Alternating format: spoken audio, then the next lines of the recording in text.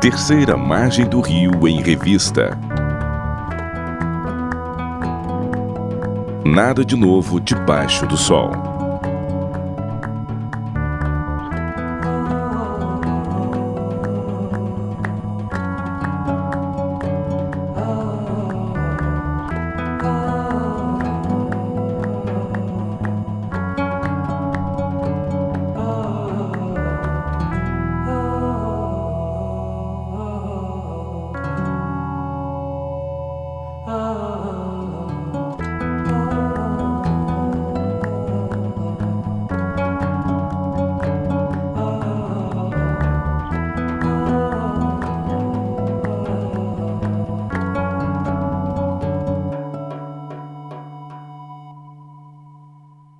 Bem, esse é mais um programa Terceira Margem do Rio em Revista, que acontece toda segunda-feira às 18 horas, com reprises aos sábados às 8 e domingo ao meio-dia. E no nosso programa de hoje a gente vai discutir um pouco sobre o livro de Eclesiastes, algumas partes em específico do livro, até porque no nosso site, no terceiramargemdorio.org, a gente tem uma frase que é uma frase que aparece no livro de Eclesiastes: nada de novo debaixo do sol. Então, alguém de vocês, por favor, para comentar alguma coisa do início do livro de Eclesiastes. Esqueceu de anunciar quem tá aqui, né? Tem o Lucas Verdade. falando, Edson Nunes ali sentadinho, Felipe Valente. Olá. E meu nome é Thiago. Estamos juntos aqui hoje. Então vamos nessa. Então, como começar? Nada de novo debaixo do sol, Lucas. Por que a gente escolheu colocar isso debaixo do logo, na verdade? Qual foi o raciocínio? Eu lembro que foi o Edson que trouxe essa ideia a primeira vez. Não, acho que ele que deve ter eu não ouvido. lembro disso. Vamos lá, por que a gente colocou nada de novo debaixo do sol, Lucas? Por que é importante esse texto? Cara, porque não existe nada de novo debaixo do sol. Amém. Acabou o programa, tá tudo resolvido. Uma boa tarde para todos os ouvintes. Esse foi o programa Mais Terceira curto. Margem do Rio em Revista. Falando nisso, enquanto vocês falam, eu vou marcar o nosso tempo. Muito bem. Nada novo debaixo do sol. Acho que de alguma maneira já resume grande parte do que o autor de Eclesiastes está querendo comunicar com o livro dele, que são os limites, na verdade, da experiência humana, os limites da inteligência, os limites da força, os limites que Deus estabelece na ordem da criação, para que o ser humano possa aprender várias lições interessantes sobre o que é de fato essa existência. E esse limite já começa colocando o ser humano no seu lugar, logo no início do livro, né? Já colocando que, com a ênfase no Hevel, né, na vaidade, no zero, nada, nulo, falando que tudo que é buscado, tudo que se procura com intenções, acho que meramente terrenas, é igual a nada, vaidade. E é interessante a relação dessa ideia da vaidade, das coisas temporárias, com a noção de tempo que logo aparece no início do livro de Eclesiastes, né? Até mais claro no capítulo 3, né? Tem até a relação, na minha opinião, né? No capítulo 3 fala que tudo tem o seu devido tempo, tal. E a gente muitas vezes lê esse texto com um caráter ético, né? As coisas que eu tenho que agir, o momento que eu tenho que agir, quando na verdade o texto está falando da supremacia de Deus em todo o tempo, em todas as coisas. Até porque tem ações aqui no capítulo 3 que são ações que não dependem de nós. Por exemplo, tempo de morrer, tempo de viver. É você que decide necessariamente quando você morre e quando você vive? Não. Então, acho que acima de tudo é a soberania. E daí você vê a ligação no kol, tempo, né? Todo tempo, com o tudo é vaidade, né? A mesma palavra que aparece com relação à vaidade no início do capítulo, agora aparece com relação ao tempo, né? Mostrando que esse limite que você falou não é um limite só material, né? Mas um limite temporal e até existencial, né? E você vê que toda a luta do homem, né?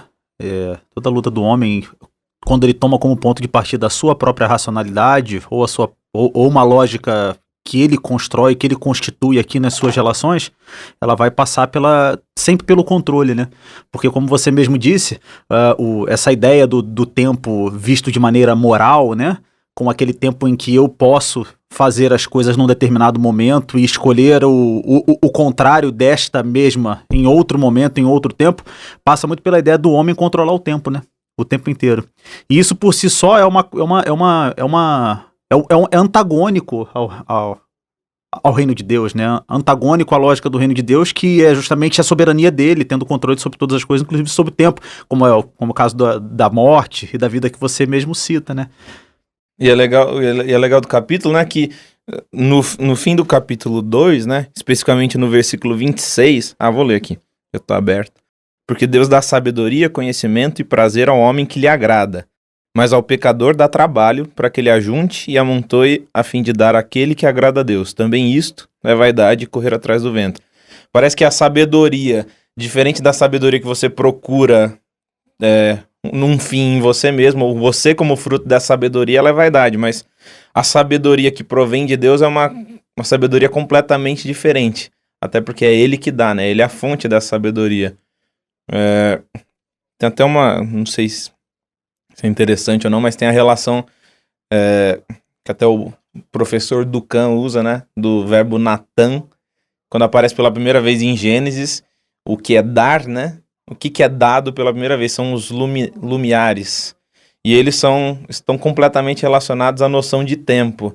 E aqui, Deus dá sabedoria, Deus que é a fonte desse Natan, que dá tudo, e logo em seguida vem a relação dele como criador, como aquele que mantém, como aquele que provê, e ele como o provedor também de todas as atitudes, todos os momentos, todos os eventos, né? Que essa noção hebraica do tempo, né? Eventos sucessivos, e ele que domina tudo isso, ele que determina o que acontece. E olha que curioso também que o próprio texto Eclesiastes vai deixar, não é que vai dar dica, mas vai deixar muito claro, né? Que quando se fala de tempo para isso, tempo para aquilo outro, sempre dando um contraponto exato ao que em primeiro lugar é proposto, no versículo 11, né? Do capítulo 13, vai dizer que tu formou em seu tempo. Então todas essas coisas pertencem a ele, né? Estão sob domínio dele, né? Dele, né?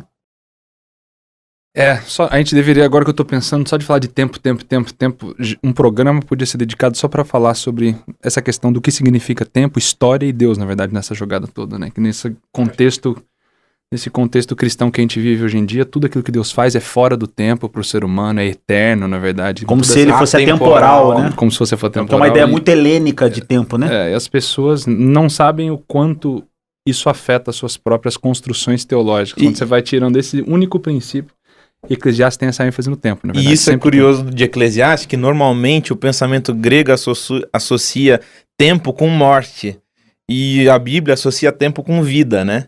Você vê aqui, o tempo tá associado com acima ações, de tudo, ações, mas é o evento, na verdade. Pressupõe vida, tempo né? Tempo é evento. Tempo é evento. O evento aparece. Tempo é vida. E essa é uma noção não linear de tempo. Essa é uma noção não linear, porque a noção helênica de tempo é uma noção de algo que começa e algo que tem fim. Eu acho, teoricamente, porque se a morte ela tá numa... Era por isso que eu queria fazer um programa. Ou eu tô errado. Pra passar tudo. Você tá equivocado. Mas se tem um lugar mas olha só que coisa boa, na verdade. Estamos aqui reunidos como Terceira Mais no Rio. E o que seria, na verdade, Terceira Mais no Rio? Se não houvesse uma discórdia. Não, normal. Mas não, eu acho que de fato a gente tem que dedicar um tempo pra discutir essa questão do tempo, na verdade. Tempo pra discutir a questão. Não, mas aí me explica agora, porque agora eu também fiquei curioso. Não, na verdade a questão é como o tempo é evento, como o tempo é vida, o tempo bíblico ele é linear. Ele tem um começo e ele tem um fim. Ele começa tem uma sequência. Só que realmente o fim não é no contexto da morte, nem no caso. É visto como um novo começo. Quantas vezes Jesus diz está consumado e isso aponta para um novo começo, na verdade? Então a Bíblia não coloca... Okay. É diferente de atemporal e um presente eterno, entendeu? Uma coisa que não existe, o que foi e o que será. Que é o eterno de Tomás de Aquino, na verdade. Porque quando... Não, mas aí você quando numa eu falo- eterna contemplação de Deus, no caso, né? Porque a gente na história, a gente vai discutir muito essa ideia do tempo como aquela coisa de causa e consequência, né? E a gente dá o nome desse tempo como um tempo linear, que é tipo assim, o que aconteceu na história? Na história aconteceu isso, então aconteceu isso por causa disso. Então é uma perspectiva etapista do tempo. Todas as coisas acontecem uma na sequência da outra de maneira linear. E isso é muito criticado dentro das ciências sociais, porque o tempo histórico ou o tempo social, ele é muito mais visto enquanto processo, né? Que aí ele tem dá uma ideia muito mais multifacetada de coisas que agem sobre determinado existe verdade determinado nisso. fato. Você pode né? criticar, mas existe verdade né? nisso. Você não vai falar que o tempo e a história é num processo, é desenvolvido num processo? Então, é nessa Não um perspectiva processo, que eu mas diversos acabo, processos. que eu Enfim. fiquei pensando essa coisa da linearidade. Não, da mas linearidade. o evento, a ação, ela é processual, ela não é tópica. Então, a Aham. ação de revelação de Deus, ela não é somente pontual, ela é também pontual, mas ela é processual também. Porque, Então- e a Bíblia aponta para essa realidade. Enquanto Sim. está acontecendo uma coisa em Israel, tem Jonas em Nínive fazendo outra coisa. Então, não, mas Deus está fazendo essa ação pontual. Não, entendeu? E o livro de Aham. Eclesiastes vai mostrar um pouco desse contexto da ação de Deus. Na verdade, a filosofia histórica, acho que da Bíblia inteira, se encontra num versículo do livro de Eclesiastes, na verdade. Para eu entender o futuro, o desenvolver da história, eu olho para trás. O que foi é aquilo que há de ser uma ideia que é repetida, acho que no mínimo 2 ou 3 vezes Sim, durante o logo livro de no início Eclesiastes é inteiro. repetida várias Três, vezes, Para né? entender de fato o que vai ser no futuro. E Mas 1,18, se eu não me engano, também. aparece no 1 também. No 1,18, se eu não me engano. Para você entender o futuro dentro da Bíblia, você olha para trás, no caso. Mostrando mais uma vez que existe repetição, existe um desenvolver histórico, um processo que já foi antecipado pelo passado, de alguma maneira. E essa parte do início do livro quer dizer, do início, do capítulo 3 de Eclesiastes que a gente está discutindo, né, dos extremos, né, é exatamente isso que a gente está colocando, né, os tempos extremos, o tempo da colheita e o tempo da plantação, mas eles são pontuais, mas há um processo entre as duas coisas, Entre né? eles. Entre eles e tal. E o que Eclesiastes vai discutir bastante é exatamente isso. O negócio não é o início nem o fim, o negócio é o durante. É o durante que é complicado. O início a gente entende, o final a gente entende, mas o processo... a gente quer sempre a resolução, na verdade. O final é a resolução. E eu acho que o livro de Eclesiastes, falando mais uma vez sobre os limites, né? Eu acho que uma das primeiras coisas que o livro de Eclesiastes sempre é aquele livro meio complicado quando você é mais novo, que não faz muito sentido. Quando você vai, acho que vivendo um pouquinho mais, vai tendo algumas experiências na vida, você vai encontrando o valor e a riqueza que se encontra no livro de Eclesiastes. Eu lembro que uma das primeiras coisas que apelaram pra mim, obviamente, acho que também pro Valente, que já escreveu música sobre isso, é essa questão da eternidade dentro do coração do ser humano e o porquê que Deus estabelece todos esses limites, na verdade. Por que Deus estabelece? Por que existe tempo para todas as coisas? Por que se eu semear, se eu semear, vou colher e isso não vai ser suficiente? Por que Deus estabelece todos esses limites? E daí, no final de todo esse discurso, ele fala, ele colocou o mundo, né? Ele colocou a eternidade dentro do coração do ser humano. O Olam. O infinito, a eternidade. E o ponto é, qual é a grande... Por que Deus faz isso com o ser humano? Por que existem esses limites? Na nossa cultura brasileira, obviamente, e também na americana, de onde a gente estava antes, um tempo atrás, e em qualquer lugar, qualquer limite que existe, ele deve ser superado, na verdade. Os filmes testemunham para essa realidade. Não, tem um limite, aí o cara foi lá e treinou. Fosse a oposição da liberdade, né? Não, é exato. Você tem que ultrapassar o limite para você encontrar essa resolução, na verdade. Não, agora eu ultrapassei o meu limite e tudo mais. Se tem alguma barreira, ela vai ser ultrapassada. Mas no livro de Eclesiastes, o interessante é que você tem limites, a sua existência, Deus estabelece limites, ele coloca a própria eternidade dentro do seu coração para que você aprenda o quê? A temer ele.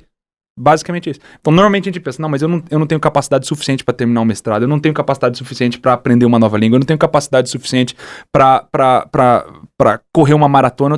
Deus estabeleceu inúmeros limites dentro da experiência humana pra gente simplesmente reconhecer que a gente é criatura. A gente não é absolutamente nada. Então é muito mais do que você encontrar uma resolução depois que você passa por um dos limites, mas encontrar alegria e joy, na verdade, esse prazer de viver dentro do processo da experiência humana. Sabendo que nós temos limites, e esses limites foram colocados ali pra gente aprender a temer um Deus que não tem limite algum. Um dos textos, é claro, dentro da nossa página, falou um pouco mais disso, mas eu acho fascinante a maneira como a Bíblia coloca essa realidade. A gente normalmente, inclusive, o discurso religioso é um discurso que é meio anti-eclesiástico, na verdade. Não, se tem um problema na sua vida, Deus vai trazer a bênção, espera, né, todo esse negócio. Mas, eventualmente, você tem que reconhecer que existem limites, que a dádiva não é o que Deus vai dar depois, é o que ele já te deu dentro do limite, na verdade. E tem exatamente o que você falou, na perspectiva aqui do texto do 3:11, né? Ele coloca a eternidade dentro do coração do homem para quê? Né? Para que o homem não entenda, para que o homem não descubra, né? Para que não descubra Nem o princípio o princípio nem o fim. de tudo que Então, fez, né? ele coloca a eternidade, não é para você solucionar todos os problemas ou ter todas as respostas, mas é justamente para você não encontrar elas. Você sempre tá em busca. Você tá sempre em busca. Então, O a que gente no final volta- é sabedoria na Bíblia. Exatamente. Isso que eu que ia no final é falar. a sabedoria busca na Bíblia. constante, ou seja, Jó. quando você sabe tudo, na verdade, Você não vira sabe Deus. nada. Você acabou de virar Deus. Você não sabe nada. É quando você sabe que você não entende nem o início nem o fim, é que você tá no caminho certo. É que você tá descobrindo essa eternidade dentro de você, né? Então, E é como Deus chega pra Jó, né? Jó dialogando com Deus, diálogos duros, né, pra muitos. E ele chega pra Deus e ele não responde Jó, né? Ele pergunta. E as perguntas sempre colocam os limites de Jó. Você é limitado. Onde é que você estava quando eu pesei os você não os sabe nada fundamentos? do que do aconteceu passado. antes e você E não do sabe que vai nada do que eu vir. vou fazer. Então fica quieto aí. Então E fica até boa. do que tá acontecendo, você ele, sabe. ele não responde as angústias do Não cara. responde. E eu acho que essa é a beleza do negócio. E Jó, ele não fica mal por causa disso. Ele, ok, é isso. Ele entende. Ele compreende. Ele entende o princípio básico de Eclesiastes, que é essa é a experiência humana, entendeu? Essa experiência Aceite humana. os seus limites e veja que os limites dentro da experiência humana simplesmente apontam para aquele que não tem limites. Exatamente. E esse é simplesmente o Aí livro a que ele gente está querendo volta pro apontar. primeiro capítulo, que é o da onde vem a frase não há nada de novo debaixo do sol, né? Então ele fala, os rios correm pro mar e o mar nunca se enche, os olhos vêm, mas eles estão sempre buscando ver mais, eles nunca estão satisfeitos, ou seja, a gente está sempre em busca de alguma coisa que a gente não tem, porque a experiência humana ela é incompleta enquanto ela não tem o que a gente... Mas o interessante, cara, ponto fundamental esse, cara. Obrigado por me interromper, Não, desculpa, inclusive, isso mas eu- tudo bem. Termina o raciocínio. Não, agora já era, pode contratar o papo. Já era, ele falou. Desculpa estabelecer um limite aí no seu discurso. Não, Você tá tudo- dando uma tudo de Léo, tranquilo, cara. Não, né? hoje eu dei uma de leve. É pra honrar o nosso amigo Leonardo que não tá com a gente hoje. Não, desculpa, Edson. Não, pode eu vou tocar ficar em o barco. silêncio Não, agora, pode cara. tocar o Não, barco. Mas já que ninguém fala nada, eu vou falar, olha só. Por exemplo, isso que você falou, que é o ser humano sempre em busca de algo, sempre incompleto, seria exatamente isso o que não é novo e que não é novo, que não há, a ideia de não há nada de novo debaixo do sol é justamente essa busca que não termina ou não, ou seria precipitado. O próprio texto do capítulo 3, né? No último verso lá, no último verso da sessão, talvez, né? O capítulo 3, verso 15. Aquilo que já foi, e aquilo que vai ser também já foi. E aí uma tradução possível da última trechinho, né? Verra Elohim Yavekesh et Nirdaf, né? E Deus busca aquilo que foi tirado. O Deus procura aquilo que foi tirado. E quando a gente entende a história eclesiástica, que desde o início a história eclesiástica, eu digo o texto eclesiástico, né, melhor dizendo, quando a gente entende essas ligações com a criação e tudo, que estão desde o capítulo 1, como o Thiago falou no início, essa questão de debaixo do sol, né, da terra, dessa experiência terrestre, bem terrena, bem humana, de estar sempre buscando, e aqui, esse texto eu acho lindo, Deus coloca a eternidade para você não entender, e aí depois fala, e Deus busca aquilo que foi tirado, ou que foi tomado, ou que se perdeu, pode ser uma tradução possível. E ele está buscando exatamente isso, o que se perdeu. O que se perdeu foi a imagem e semelhança dele em nós, pelo pecado, etc., que é Gênesis. Ou seja, a gente não entende porque a gente está longe, A gente tá fora do Éden. a gente está fora. E ele está buscando exatamente isso. Então toda essa relação... Então é Deus quem busca o homem. Exatamente. Essa que é a beleza do negócio, né? E é linda essa questão que também o Thiago tinha comentado, né? Do limite apontar para aquele que é sem limite, né? Num caráter existencial dessa eternidade, né? Porque no capítulo anterior, Salomão literalmente ele fala de todas as coisas que ele quis e que os olhos dele quiseram e ele teve. E depois ele olha para tudo aquilo e fala, tudo isso Não é igual valeu a nada. né? Por quê? E daí no capítulo 3 ele fala do tempo e fala, porque no coração do homem existe o quê? O Olam, a eternidade, o infinito. O que preenche o infinito? O tanto de casa, o tanto de mulher, o tanto de Não é experiência. tudo e não é nada. Exatamente. Mas o interessante, voltando à ideia, quando eu tinha interrompido o Edson, que eu achei fantástica, que essa mesma, tá apontando de novo para o mesmo raciocínio que ele teve naquele momento que eu interrompi, que eu achei fantástico. Mas no livro de Eclesiastes, aquilo que Deus estabelece dentro da experiência humana e dentro do ser humano, para que o ser humano buscasse ele, é exatamente aquilo que hoje na sociedade em geral, e não é errado isso, eu não tô falando isso, olha, eles lá no mundo, mas na sociedade hoje em dia é isso que leva as pessoas, pelo menos que eu conheço, pensantes ao niilismo, na verdade. Pelo fato de nada poder preencher... Não existe beleza, não existe arte. Tem vários filmes que fazem esse mesmo ponto, na verdade. De que não tem arte, não tem sexo, não tem nada no mundo que é suficiente para preencher. Tem um filme que a frase central dele, um filme aí, a frase central, a pessoa diz... Quase. A pessoa diz no filme que o meu único pecado, ela fala, o meu único pecado é de que eu esperava demais do pôr do sol. Em outras palavras, nem a maior beleza do mundo consegue preencher esse vazio que eu tenho de mim. Isso empurra a pessoa para um niilismo extremo, uma rejeição de Deus extrema, uma rejeição de qualquer possibilidade de significado na experiência humana. Não tem sentido O que acaba nada. sendo trágico, na verdade, hoje em dia, de como é que Deus vê essas coisas. Na verdade, aquilo que ele estabelece para que as pessoas pudessem se voltar para ele.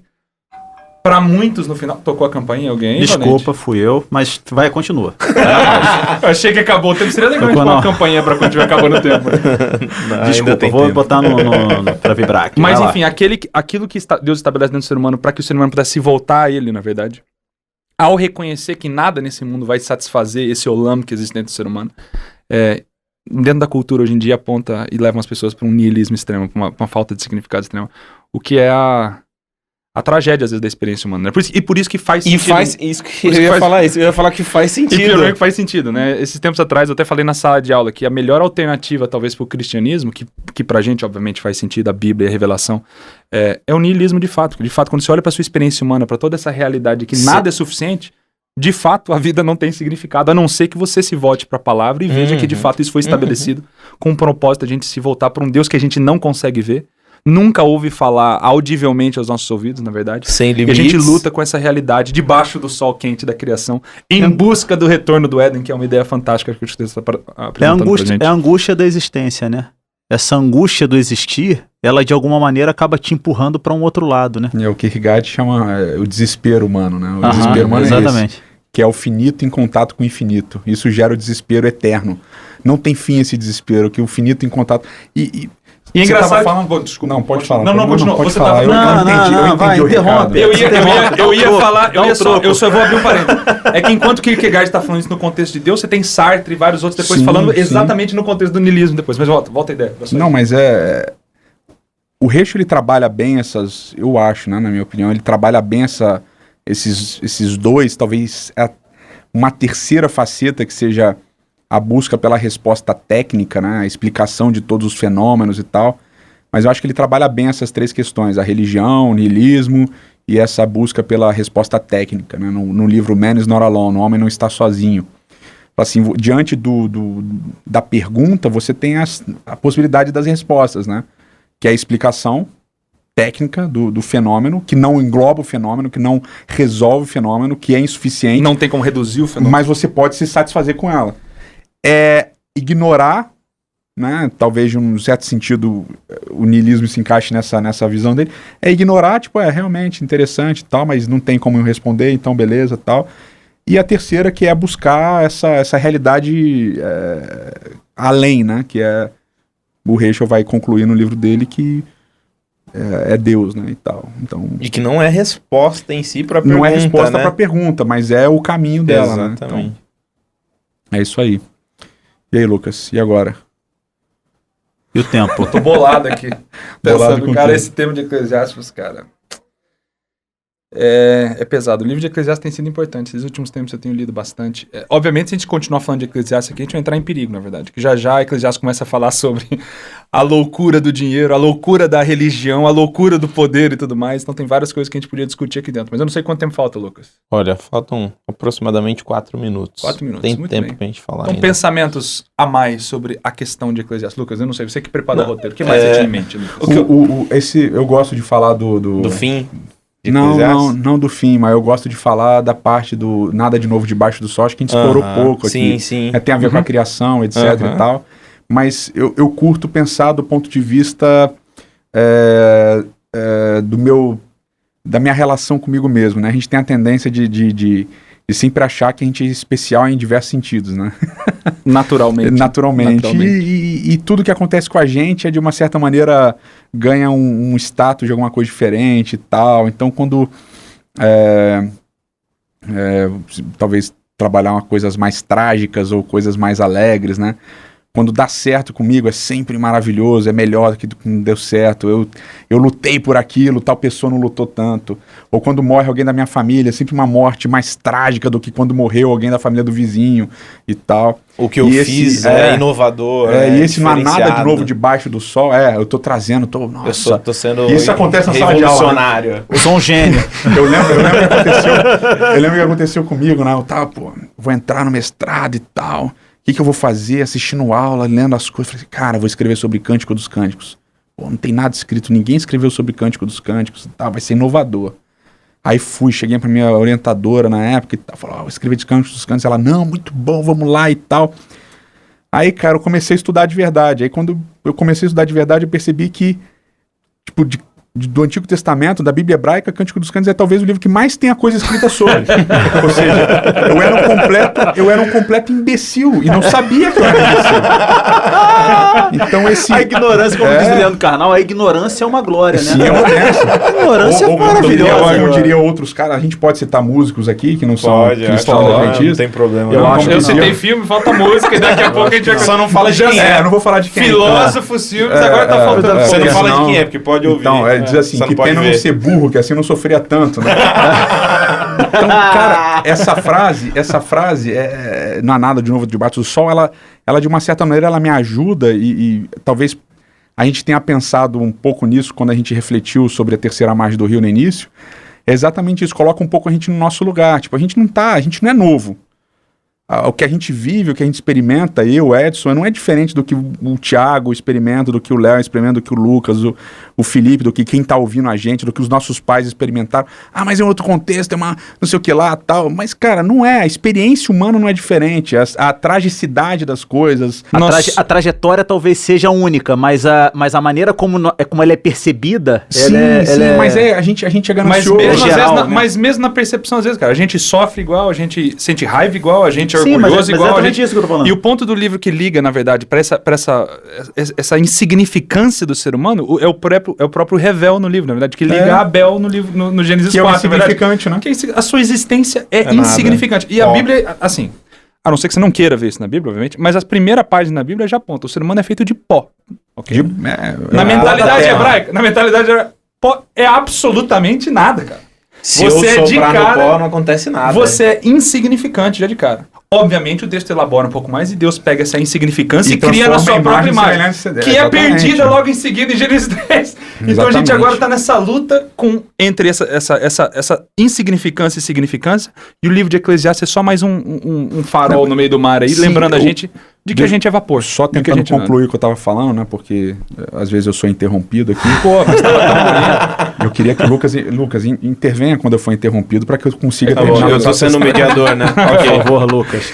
Somos um mediador. Porque eu gosto é o seguinte, na nossa experiência religiosa, a gente não se questiona, a gente não questiona as nossas próprias conclusões, né?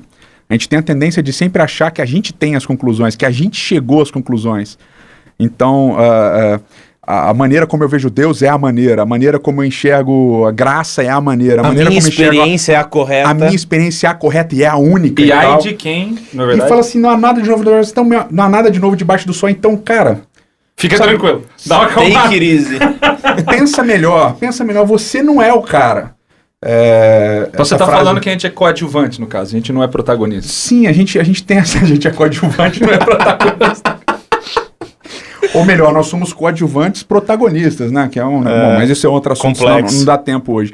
Mas é importante para mim, a minha experiência pessoal com Eclesiastes tem muito a ver com isso. O nada de novo debaixo do sol me coloca no meu lugar. Eu não sou melhor do que o outro. Eu não sou mais especial do que o outro. Eu sou igual ao outro. A experiência dele precisa ser valorizada por mim, como a minha precisa ser valorizada por ele. Isso nos encerra a todos debaixo do mesmo sol. E em cima desse sol tem o mesmo Criador, que colocou em mim o mesmo sentimento que colocou nele. E ele busca ambos, a mim e ao outro, que é tão diferente de mim e tão igual a mim ao mesmo tempo. Muito bonito. Como pó, estamos todos debaixo do sol, na verdade. Somos ligados na nossa insignificância e significância da mesmo mesma tempo, maneira. é. Na verdade. É isso aí. Bem, com esse pensamento, nós terminamos mais um programa Terceira Margem do Rio em revista. Obrigado. E aguardo você no próximo programa. Um abraço.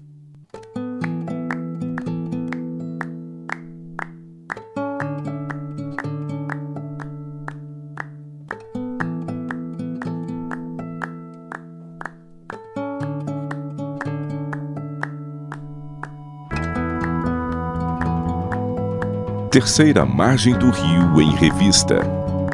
Nada de novo debaixo do sol. Apresentação: Edson Nunes Júnior, Lucas Iglesias, Leonardo Gonçalves, Felipe Valente, Tiago Arraes. Trilha sonora: Gabriel Iglesias. Sonorização: Jeter Miguel e Matheus Benhur. Produção: Marcelo Matos.